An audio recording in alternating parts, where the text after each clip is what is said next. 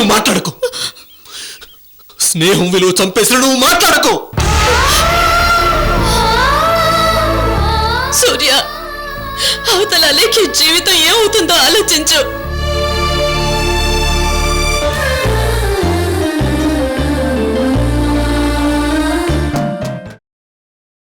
ఊరుకో ఊరుకో ఊరుకో. చూడు, నీకోసం ఎవరెవరు వచ్చినామో. ప్రియాంక వచ్చింది, నాగిరెడ్డి వచ్చినాడు, మీ నాన్న చూడు. ఊరుకో ఊరుకో ఊరుకో.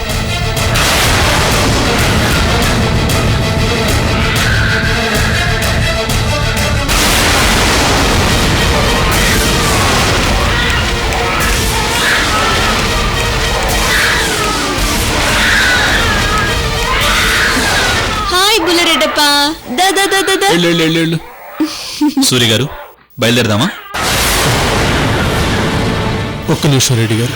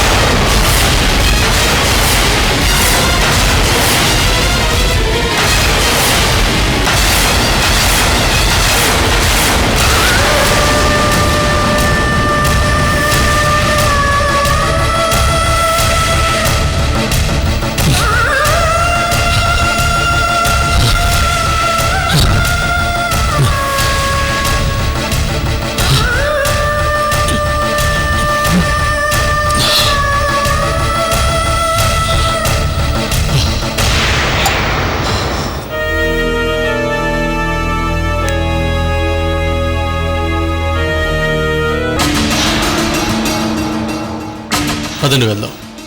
సూర్య garu, are you okay? I'm fine Reddy గారు.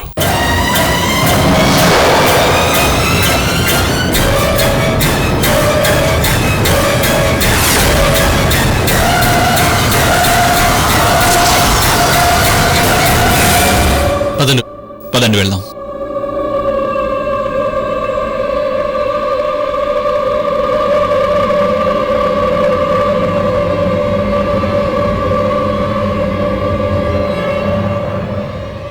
ఒక్క నిమిషం సూర్య గారు, లోపల సెల్ ఫోన్ మర్చిపోయాను. సరే.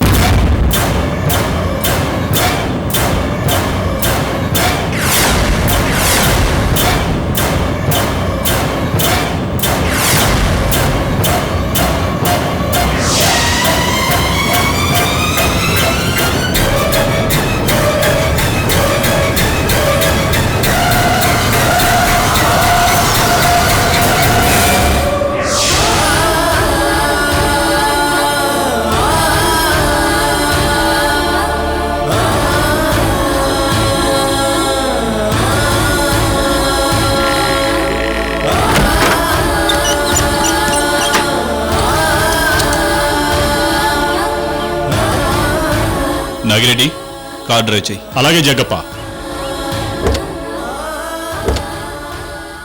నేను ఈ ఇంటిని చూడటం బహుశా ఇదే ఆఖరిసారేమో.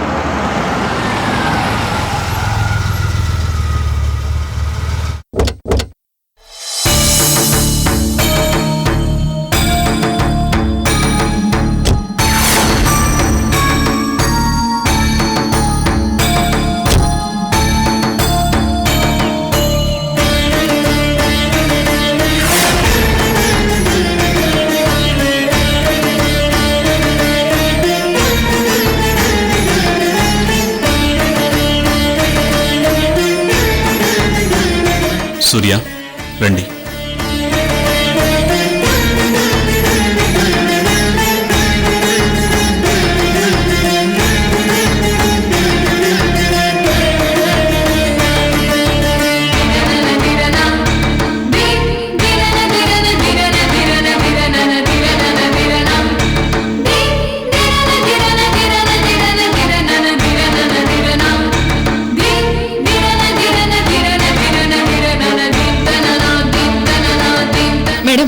సూర్యనారాయణ గారు వచ్చారు.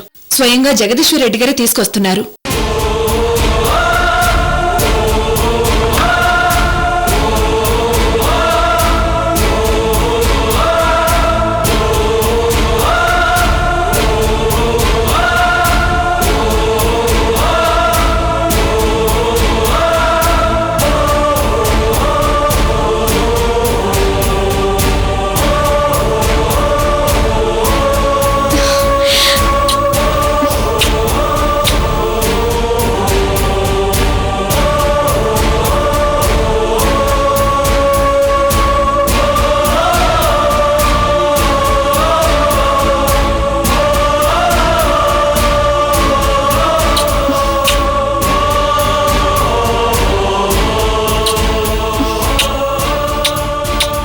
రెడ్డమ్మా,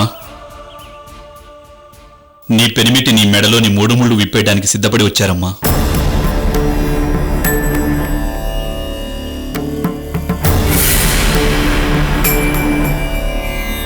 సూర్యనారాయణ గారికి చాలా మర్యాదలు చేయాలి. విడాకులు తీసుకునే కొత్త పెళ్లి కొడుకుగా తయారు చేయాలి. అన్నీ రెడీగా ఉన్నాయి కదా? అదిగో రమణయ్య బట్టలు పట్టుకుని రెడీగా ఉన్నాడు కదా జగ్గప్ప. అవును బాబు, సూర్యకు మంగళ స్నానం చేయించి ఈ బట్టలు కట్టి బుగ్గను చుక్క పెట్టి అలంకరించాలి. పదండి సూర్య గారు, మిమ్మల్ని రెడీ చెయ్యాలా? ఒక్క నిమిషం నాగిరెడ్డి.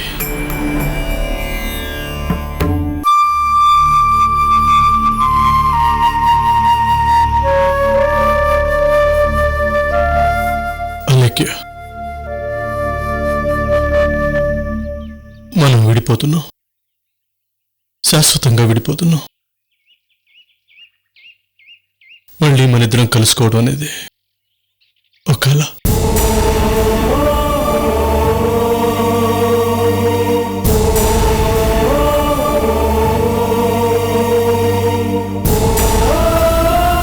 ఈ ప్రపంచంలో ఏ భర్త చేయని పనిని నువ్వు నా చేత చేపిస్తున్నావు.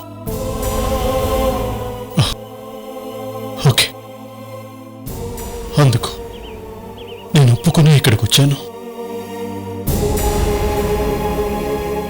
కానీ ఒక్క విషయం అలేఖ్య, అలేఖ్య, నువ్వంటే నాకు ప్రాణం. మనం విడిపోయినా నేను నిన్ను ప్రేమిస్తూనే ఉంటాను. నేను ప్రేమిస్తున్న నా భార్య నాకు దూరం అయిపోతున్నందుకు నాకు చాలా బాధగా ఉంది. ఇంకొద్దిసేపట్లో మన బంధం విడిపోతుంది. ఆఖరిసారిగా నిన్నొకటి కోరుకుంటున్నాను. ఏంటి? స్వయంగా నువ్వే నన్ను పెళ్లి కొడుకుని చేయాలి.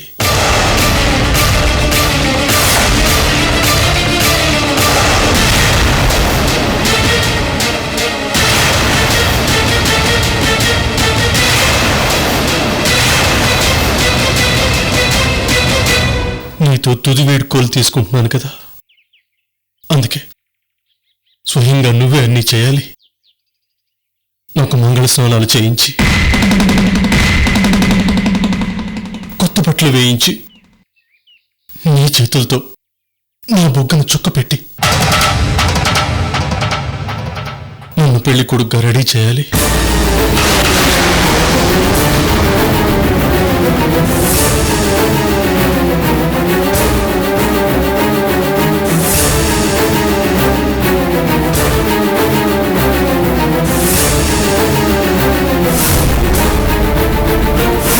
చేస్తావు కదా?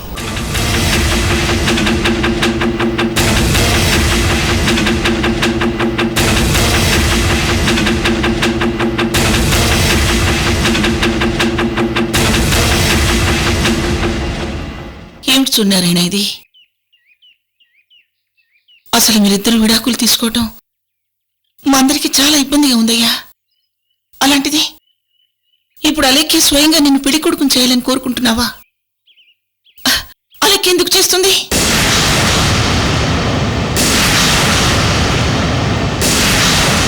అవును సూర్యనారాయణ గారు, మీరు రెడ్డమ్మకి విడాకులు ఇవ్వాలని కోరుకుంటున్నారు. రెడ్డమ్మ కూడా మీకు విడాకులు ఇవ్వాలని కోరుకుంటోంది. ఇలాంటి టైంలో రెడ్డమ్మ చేత మీరు పెళ్లి కొడుకుని తయారు చేయించుకోవాలనుకోవడం అర్థం లేని పని.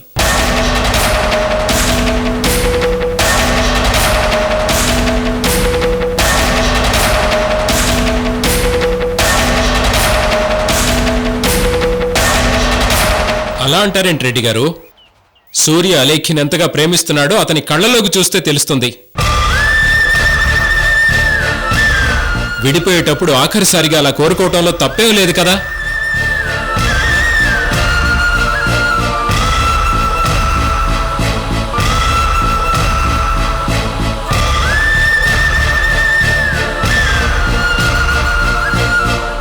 దీనికి మా అలేఖ్య ఒప్పుకోదు. ఇప్పటికే మా అలేఖ్య గుండెలు మండిపోతున్నాయి. ఊపికి వస్తున్న దావాలన్నీ నడుచుకొని ఈ కార్యక్రమాన్ని చేయిస్తుంది. ఇలాంటి టైంలో సూర్యని అలా సమర్థించడం బాగుండలేదు.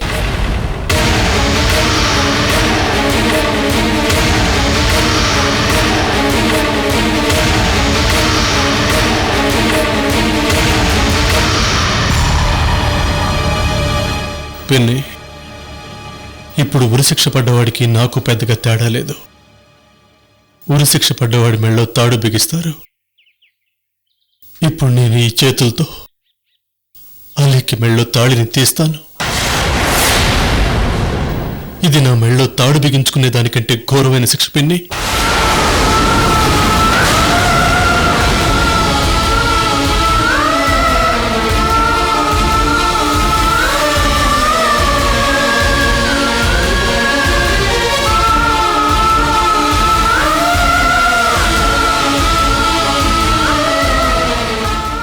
ఉరిశిక్ష పడ్డవాడికి కూడా ఆఖరి కోరిక తీరుస్తారు.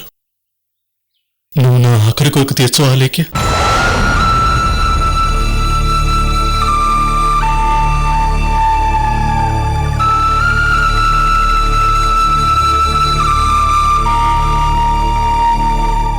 ఇది నేను నీ మీద పగతో అడగట్లేదు అలేఖ్య, ప్రేమతో అడుగుతున్నాను.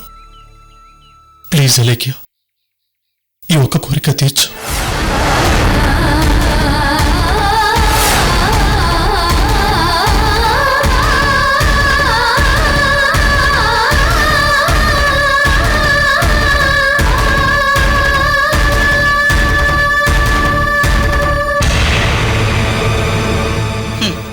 బంధాలే తెంచుకుంటున్నప్పుడు ఇంకా ప్రేమలు ఆప్యాయతలు ఎందుకయ్యా? మహాభారతంలో గాని రామాయణంలో గాని విడాకుల గురించి ఎక్కడా ప్రస్తావన లేదు. ఆ కాలంలో భార్యాభర్తల్ని విడదీసేది ఒక్క మరణమే. ఇలాంటివి లేవు.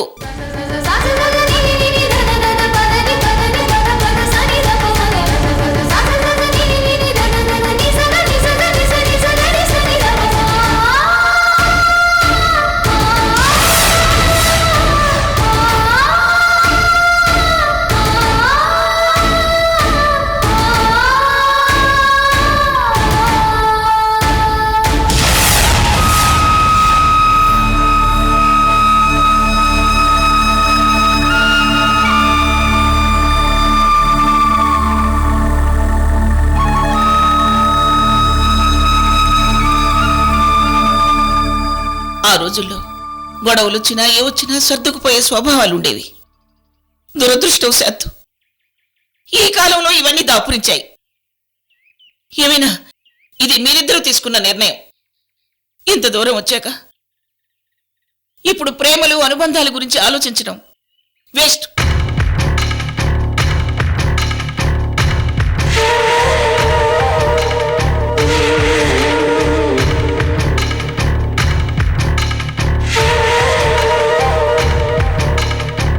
పిన్ని, నా తండ్రికి రాముడంటే చాలా ఇష్టం. నా కొడుకు రాముడు లాంటి వాడు అనుకునేవారు.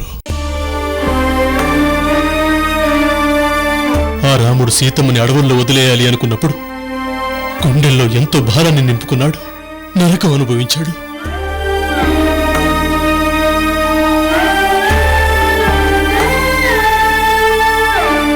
నేను రాముడంతటి వాణ్ణి కాను. కనీసం నీ దృష్టిలో రాముళ్లాగా ఏకపత్ని వ్రతుణ్ణి కాను.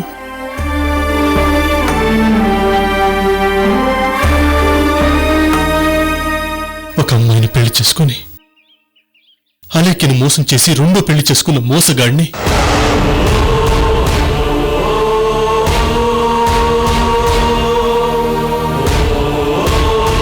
అలాంటి మోసగాడికి అలేఖ్య వేయాల్సిన శిక్ష వేస్తుంది. దానికి నేను ప్రిపేర్ అయ్యాను పిన్ని, ప్రిపేర్ అయ్యాను.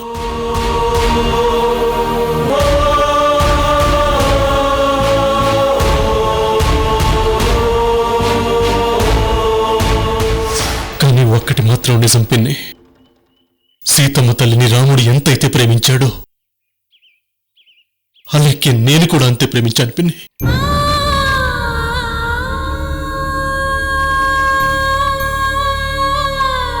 ప్లీజ్ అది మాత్రం అర్థం చేసుకోండి.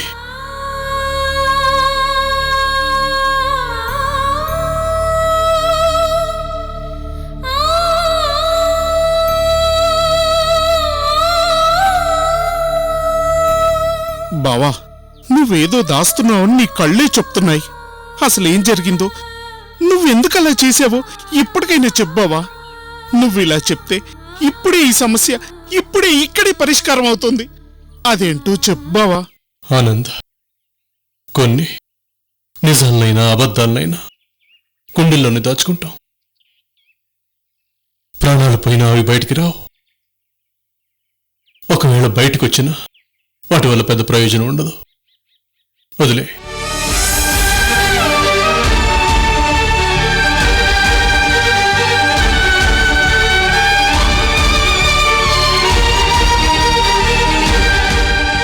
సూర్యనారాయణ గారు, ఇప్పుడు మీ విషయంలో విడాకులే ఆఖరి కోరిక అయింది.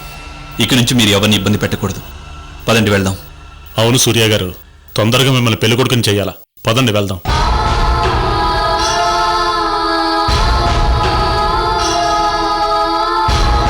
సూర్య, భార్యను ఎంతగానో ప్రేమిస్తున్న భర్తగా నువ్వు కోరిన కోరికలో అర్థముంది. కానీ అది నెరవేరే పరిస్థితి లేదు. పద, పెళ్లి కొడుగ్గా తయారవుదు గాని.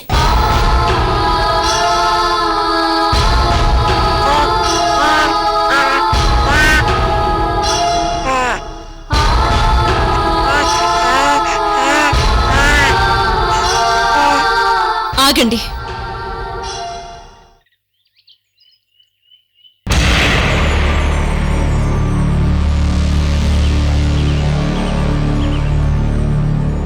సూర్య విడాకులు తీసుకుందామని చెప్పినప్పుడు నేను ఒకటి చెప్పాను. ఏ 10 మంది ముందు నా మెడలో తాళి కట్టి నన్ను పెళ్లి చేసుకున్నావో ఆ 10 మంది ముందే నా మెడలోని తాళిని విప్పేసి నాకు విడాకులు ఇవ్వమని. దానికి సూర్య అంగీకరించాడు. ఇప్పుడు నా చేత సూర్య పెళ్లి కొడుకుగా తయారవ్వాలని కోరుకుంటున్నాడు. నా మాట సూర్య కాదనలేదు కాబట్టి సూర్య మాటని నేను కాదనలేను. అందుకే దీనికి నేను ఒప్పుకుంటున్నాను.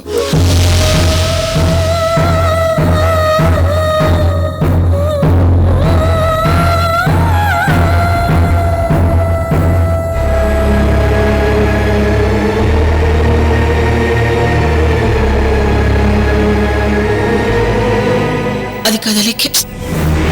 అత్తయ్య, నేను ఏదనుకుంటే అది చేస్తాను, అంతే.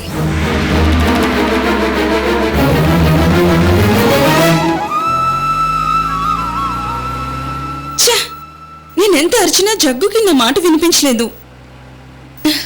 ఇప్పుడు ఆ జగ్గు ఎక్కడున్నాడో ఏంటో. ఇంత పెద్ద మహానగరంలో అతను ఎక్కడున్నాడని పట్టుకుంటా.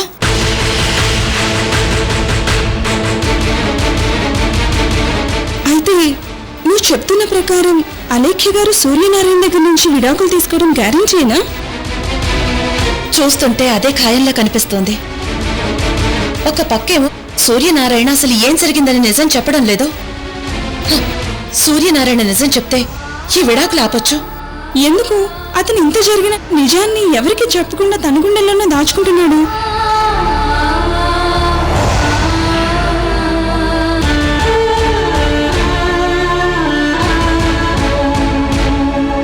హే ఐశ్వర్య, ఏంటి?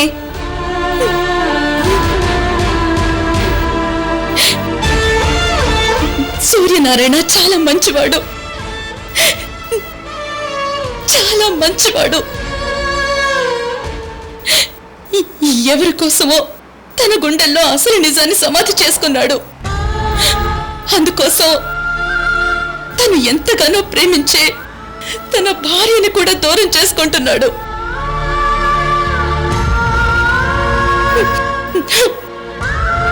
నాకేదో పట్టినట్టు అసలేం జరిగిందో తెలుసుకోకుండా సూర్యని కూడా మిస్అండర్స్టాండ్ చేసుకున్నాను.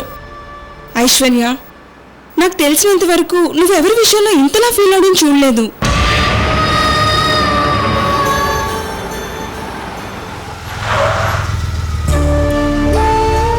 నాది సూర్యనారాయణది మామూలు అనుబంధం కాదే. నేను సూర్యనారాయణని మనస్ఫూర్తిగా ప్రేమించాను. కానీ సూర్యనారాయణ భార్యగా స్థానం సంపాదించలేకపోయాను.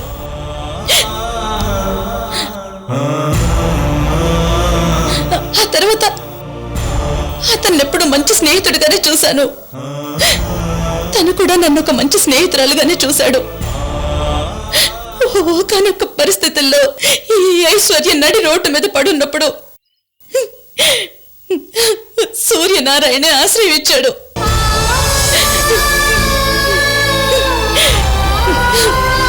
ఆ కుటుంబంలోని ప్రతి ఒక్కరూ నన్నెంతగానో ఆదరించారు. అలాంటిది నేను సూర్య దగ్గర నుంచి వాళ్ళ ఫ్యామిలీని విడగొట్టి ఆ కుటుంబాన్ని ముక్కలు ముక్కలు చేశాను. ఐశ్వర్య, ఊరుకో ఐశ్వర్య, ఊరుకో ఐశ్వర్య. నిజం ఇది అని తెలిసాక వాళ్ళందరికీ నా ముఖం ఎలా చూపించగలను? ఎలా?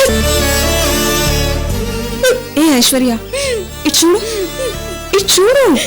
జరిగిపోయిన దానికి బాధపడ్డావు ఎందుకు చెప్పు? అపూర్వకు అన్యాయం జరిగిందని అలా ప్రవర్తించావు. అయినా ఐశ్వర్య, మీ ఇద్దరి స్నేహానికి ప్రేమ అనే పునాది ఉంది. అది తాత్కాలికంగా మీ మధ్య దూరం పెంచిందంతే. మీ పవిత్రమైన స్నేహమే మళ్ళీ మీ ఇద్దరిని దగ్గర చేరుస్తుంది.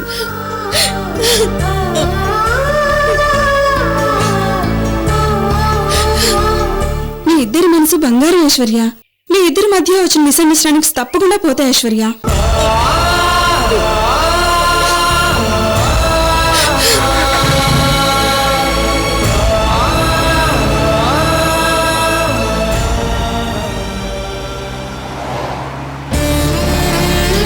అది కదే, వాళ్ళిద్దరూ అలా విడిపోతుంటే చూస్తుండడం తప్ప నేనేమీ చేయలేనని బాధిస్తోంది. పోనీ ఒక పని చేయనా? అపూర్వ విషయం అంతా అలేఖ గారితో చెప్తే దాంతో ఆవిడ అర్థం చేసుకుందనుకో, మీ ప్రాబ్లం సాల్వ్ అయిపోయినట్టే కదా. వద్దనిత, మన దగ్గర సరైన ఇన్ఫర్మేషన్ లేకుండా అలా చెప్పడం కూడా వేస్ట్. అందరికీ కన్ఫ్యూజన్ గా ఉంటుంది. పైగా ఈ విషయం అలేఖకి చెప్పి అలేఖని కన్ఫ్యూజ్ చెయ్యొద్దని సూర్యనారాయణ దగ్గర మాట తీసుకున్నాడు.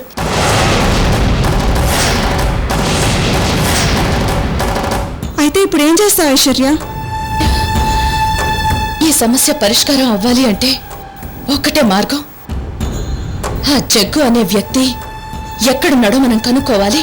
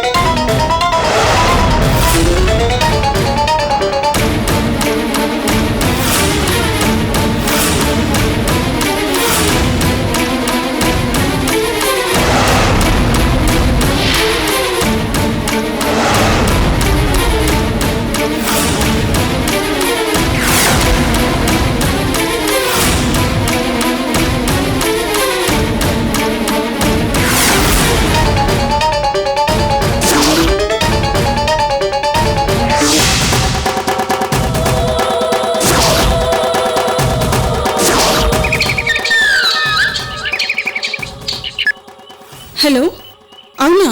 అలాగే, సరే సరే వచ్చేస్తున్నాను. ఐశ్వర్య, మా కంపెనీలో ఈవినింగ్ అనుకున్న వర్క్ అర్జెంటుగా ప్లాన్ చేశారంట. నేను ఒక అరగంటలో వచ్చేస్తాను. అలాగా, సరే త్వరగా వచ్చే. ఇదిగో కార్ కేస్.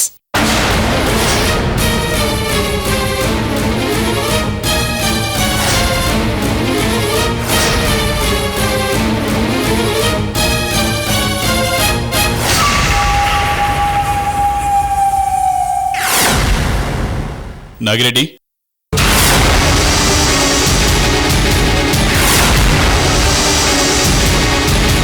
మా జగ్గులా ఉన్నాడే. నేను జగ్గు అలాంటి డ్రెస్సే వేయడు. మా జగ్గు స్పెషల్గా ఉంటాడు. అతను ఎవరో అయి ఉంటాడు.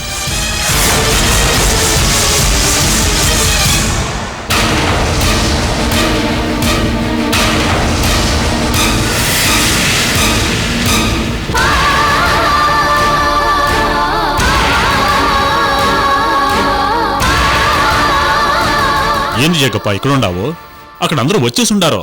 సూర్య గారిని పెళ్లి కొడుకుని చేయడానికి రెడ్డమ్మ రెడీగా ఉండాది. సరే పద. ఏంది జగ్గప్ప, నీ ముఖం అద్దోలా ఉండాది? ఏం లేదు, పద.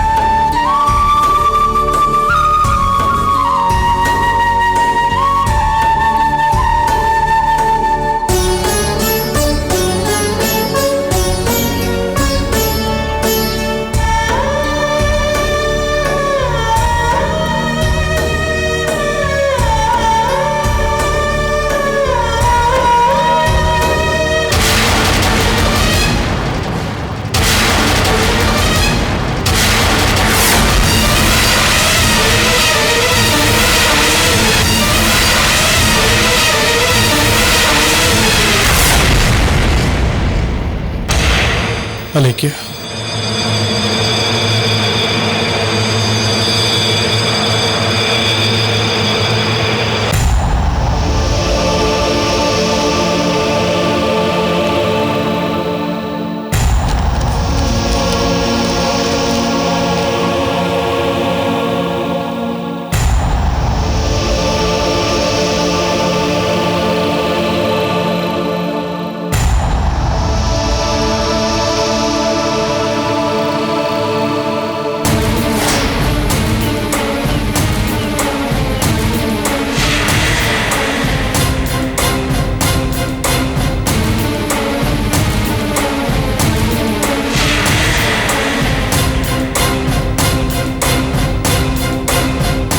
ప్రియమైన అలేఖ్యం,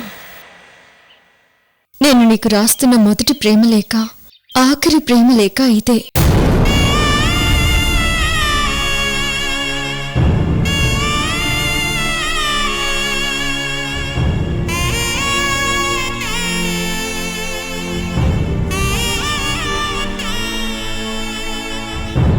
నీ దృష్టిలో నేను ఎలాంటి వాడినైనా కావచ్చు, కానీ నా నరాల్లో,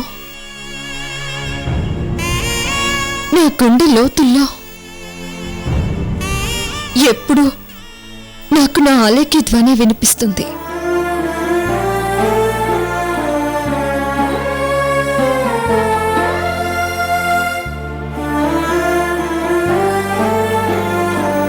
ఆ శబ్దం అంటే నాకు చాలా ఇష్టం. ఆ శబ్దంలో నా అలేఖ్య నాకెప్పుడూ కనిపిస్తూ ఉంటుంది.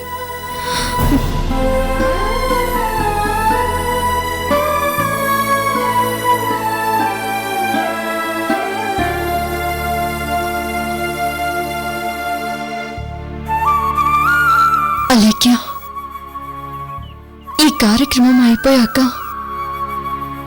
ఇక నువ్వు నాకు కనిపించవు.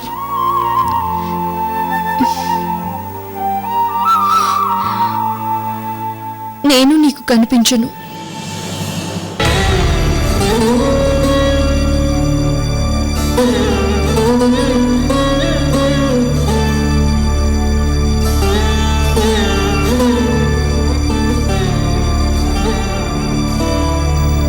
అందుకే ఈ కొద్దిసేపు మీతో ఈ ప్రేమానుబంధం.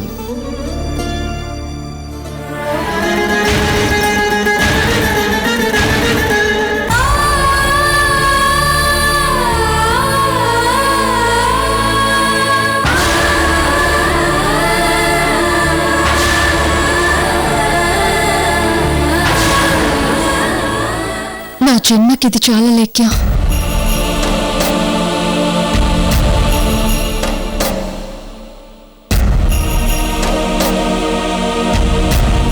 ఇట్లు నీ సూర్య.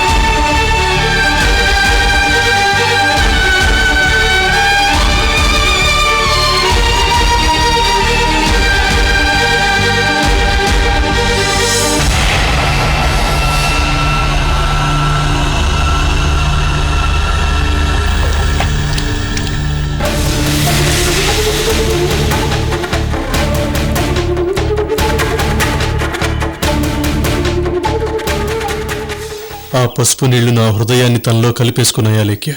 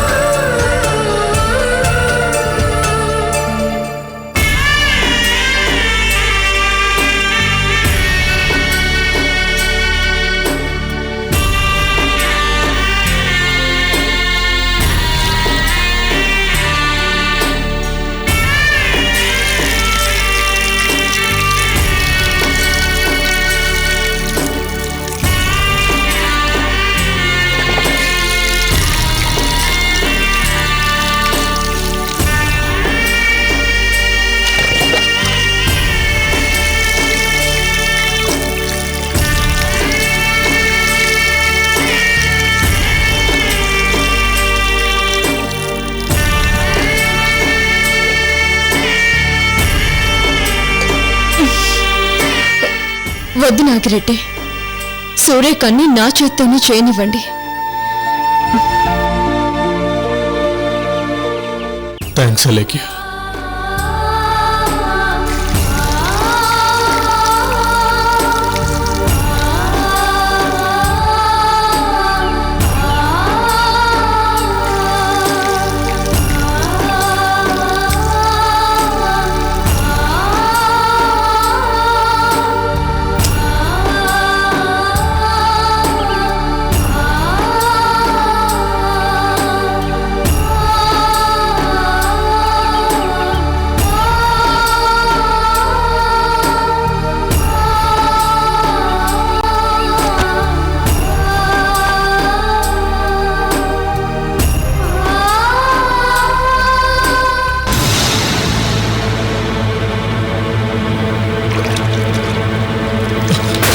సూర్య గారు, సూర్య ఇట్స్ ఓకే, కాల్ స్లిప్ అయిందంతే.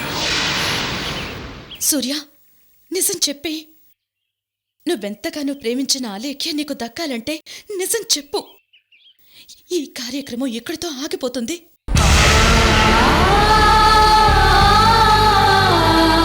పద సూర్య.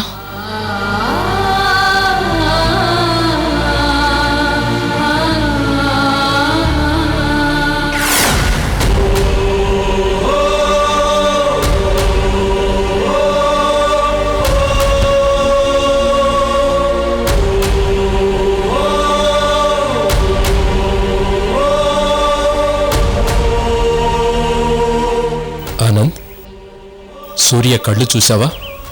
చాలా ఎర్రగా మారిపోయాయి. వాటిని చూస్తే నాకెందుకో భయంగా ఉంది.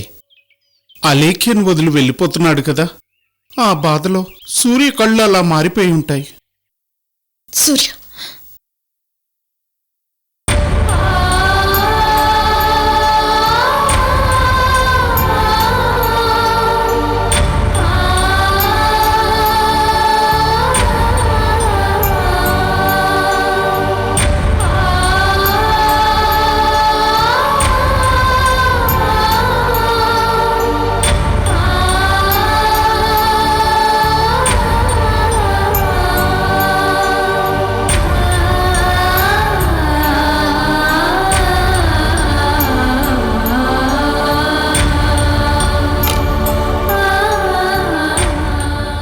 బుగ్గు చుక్క పెట్టాలి, కాటుకు కనిపించట్లేదు.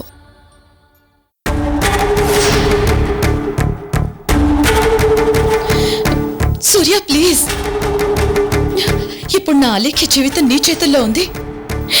ఇప్పటికైనా నువ్వు నిజం చెప్తే ఆలేఖ్యకి వాట్ ఈస్ వాట్ అనేది తెలుస్తుంది. అప్పుడు మీరిద్దరూ హ్యాపీగా ఉండొచ్చు. ప్లీజ్ సూర్య, నిజం చెప్పు. రాసిన తలరాతను ఆ దేవుడు కూడా మార్చలేడు ఐశ్వర్య. అయ్యో సూర్య, కాటుకు దొరికింది.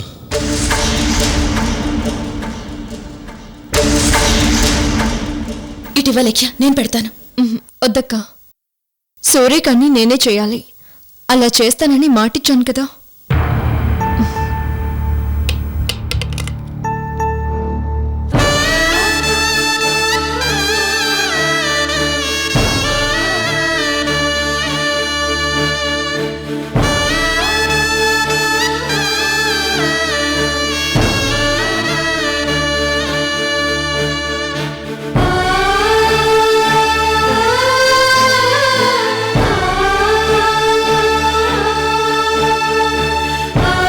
రెడ్డి గారు, ఇవన్నీ చూడటానికా నేను బతికుంది?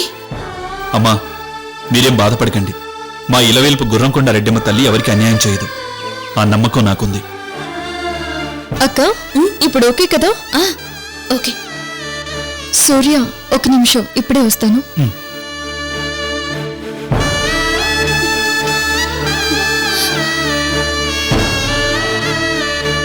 మేకపోతుని బలవటానికి ముందు అలంకరిస్తారు చూడు, సూర్యుని అలేఖ్య అలాగే అలంకరిస్తుంది. నేను ఇది తట్టుకోలేకపోతున్నాను. అసలు ఇలాంటి ఫంక్షన్ చూస్తా అని నేను కల్లో కూడా అనుకోలేదు సంతోష్. సూర్య, ఒక నిమిషం ఇలారా. కూర్చో.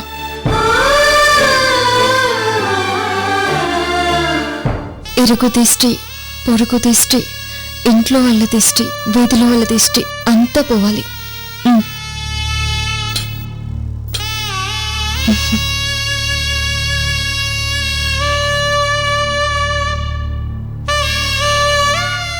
అక్క, దిష్టి తీసాక నిప్పుల్లో వేస్తే ఘాటు రావాలి కదా, అస్సలు రాలేదు.